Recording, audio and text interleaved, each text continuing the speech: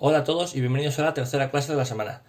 Como siempre, en esta clase voy a corregir los ejercicios que propuse en la sesión anterior, así que vamos con el primer ejercicio. El primer ejercicio dice, resuelve el siguiente triángulo. Resolver un triángulo es completar todos los datos que me faltan, es decir, calcular lo que miden todos los lados y todos los ángulos. Como el triángulo no es rectángulo, tenemos dos herramientas, el teorema del coseno y el teorema del seno. Normalmente a mí me gusta más empezar por el teorema del seno porque creo que es más fácil, o más rápido por lo menos, pero esto no se va a poder hacer siempre, ¿vale? En este caso, por ejemplo, no se puede.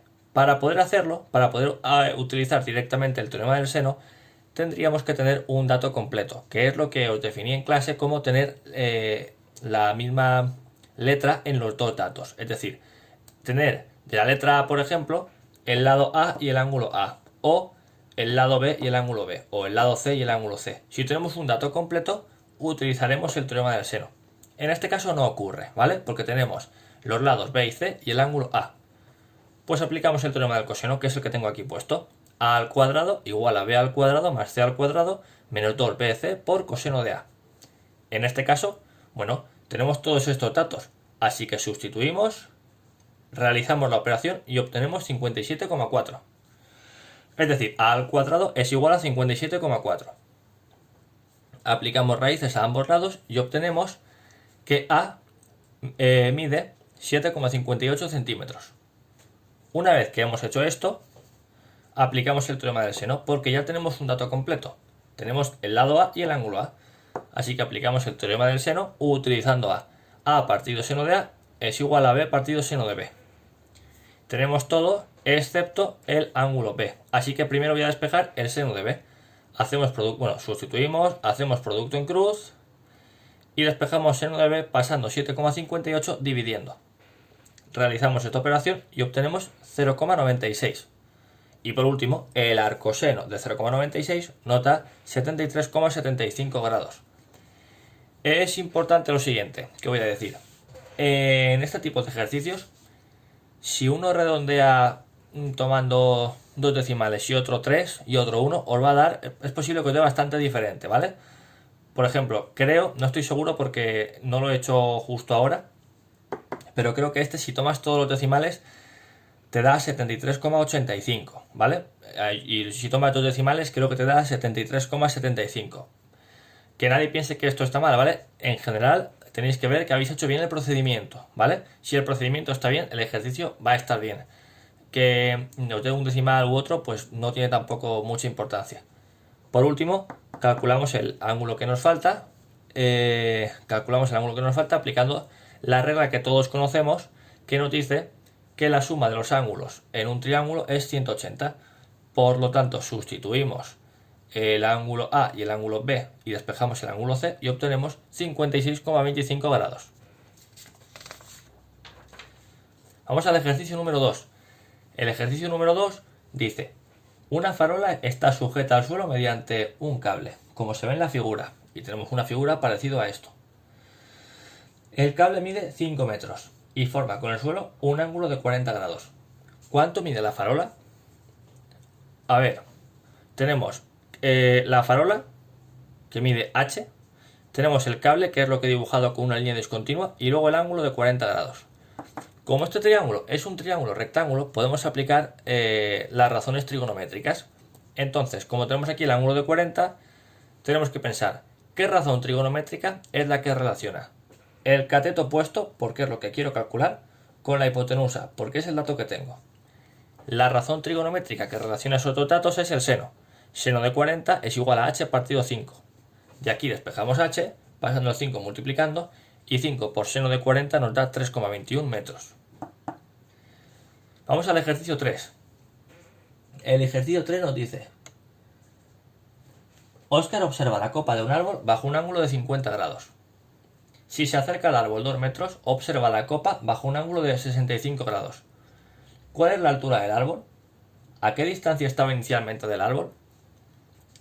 En este caso no tenéis dibujo, pero sois vosotros los que lo tenéis que hacer, ¿vale? No se pide de forma obligatoria, pero os va a ayudar bastante. Inicialmente Óscar está aquí y ve la copa del árbol con un ángulo de 50 grados. al acercarse 2 metros, ve la copa del árbol con un ángulo de 65 grados con el suelo. Lo que queda desde la segunda posición hasta el árbol no lo sabemos, que es X. Y lo que mide el árbol, H. Nos están pidiendo lo que mide el árbol, es decir, la H, y la distancia que hay desde el árbol hasta la posición que tenía inicialmente, que será 2 más X. Por lo tanto, tenemos que calcular H y X.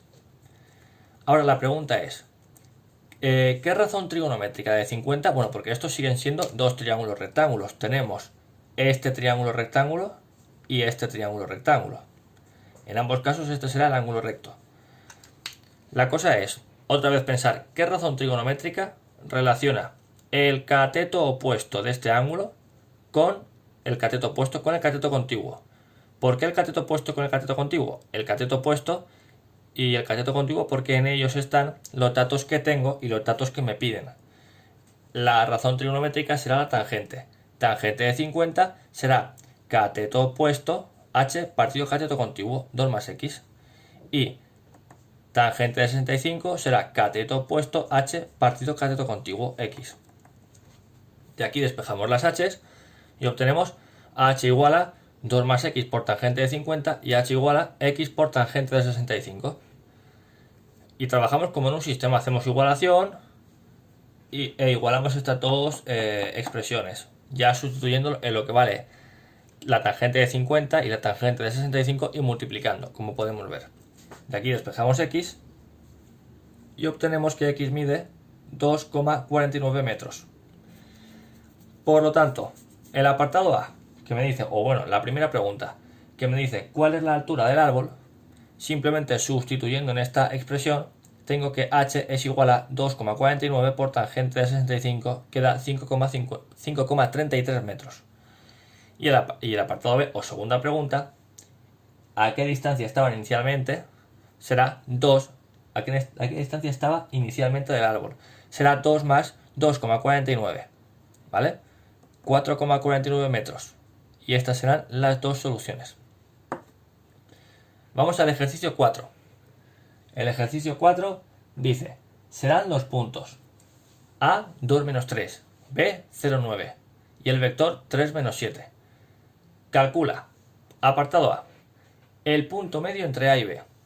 Bueno, el punto medio entre A y B simplemente es hacer la suma de A más B y dividir entre 2.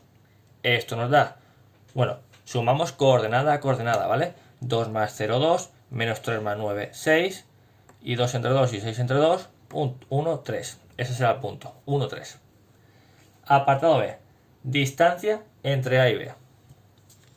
Aquí he puesto que distancia entre A y B es igual al módulo entre A y B. Y aquí tengo la explicación, ¿vale?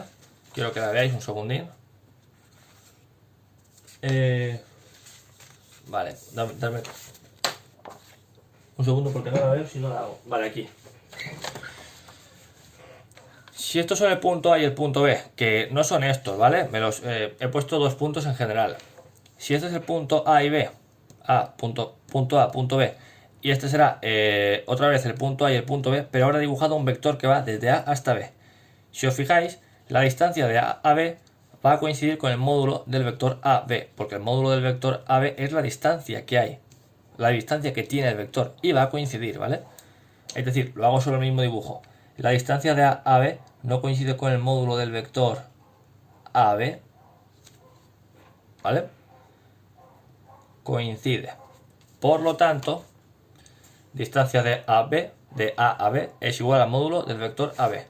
Calculamos el vector AB haciendo B menos A, 0,9 menos 2 menos 3, cuidado con los signos, 0 menos 2 menos 2, 9 menos 3 es 9 más 3, 12, y el módulo que es la raíz cuadrada de la primera coordenada al cuadrado más la segunda coordenada al cuadrado, es decir, 4 más 144, 148, y la raíz de 148, 12,16.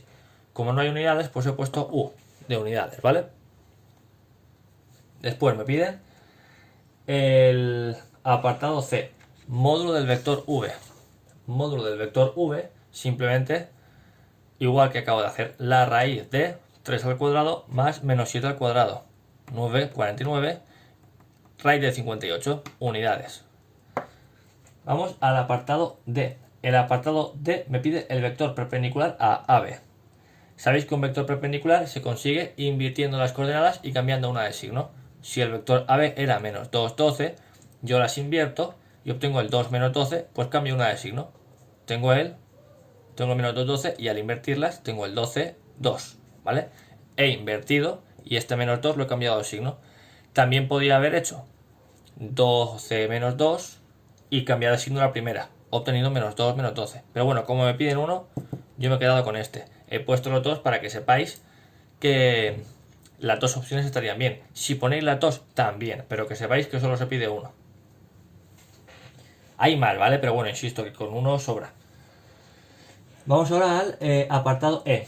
El apartado E dice calcular el ángulo que forman AB y el vector V. Entonces, esta será la fórmula que nos va a ayudar a calcular el ángulo. Esta es la fórmula en general, con U, con V. Pero, insisto, no tenemos que interpretar las fórmulas de forma tan literal, ¿vale? En este caso sí que tenemos un vector que es V, pero otro vector es AB. No pasa absolutamente nada, vamos a utilizar la misma fórmula. Recalco esto porque había gente que aquí se liaba porque decía que no tenía el vector U. Da igual, ¿vale? U simplemente va a ser el nombre del vector. En este caso el nombre del vector será AB. Por lo tanto, esta sería la fórmula general y esta es la que vamos a utilizar ahora, sustituyendo ya en lugar de U, pues el vector AB. Pero hacemos exactamente lo mismo. Producto escalar, que lo tengo aquí hecho. Recuerdo que el producto escalar era fácil, ¿vale? Pero tenemos que saber qué es lo que hay que hacer. Es decir, es multiplicar primera coordenada por primera coordenada y sumarle segunda coordenada por segunda coordenada. Es decir, menos 2 por 3 más 12 por menos 7. Y lo que da, menos 90. Esto es lo que voy a poner aquí. El módulo del vector AB y el módulo del vector V los tengo ya calculados de apartados anteriores. Simplemente los he sustituido, ¿vale? Aquí, por ejemplo, podemos ver el de V, que es raíz de 58.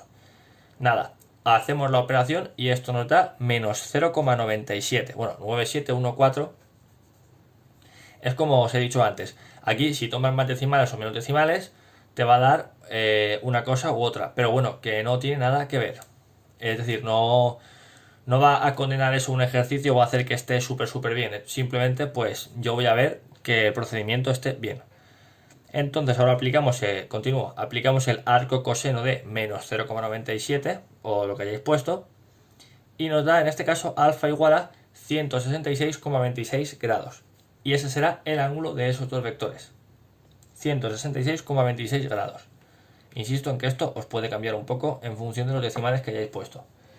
Y apartado F, calcula el punto que divide al segmento AB en dos partes iguales. Bueno, en ese caso será, si aquí tenemos el punto A y aquí tenemos el punto B, el segmento que lo divide en dos partes iguales evidentemente es el punto medio.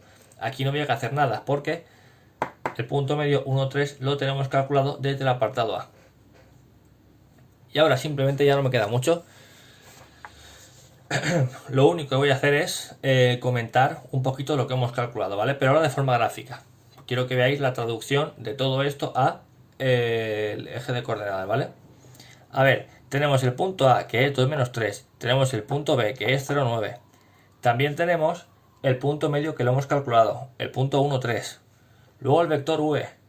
Tenemos el vector 3 menos 7.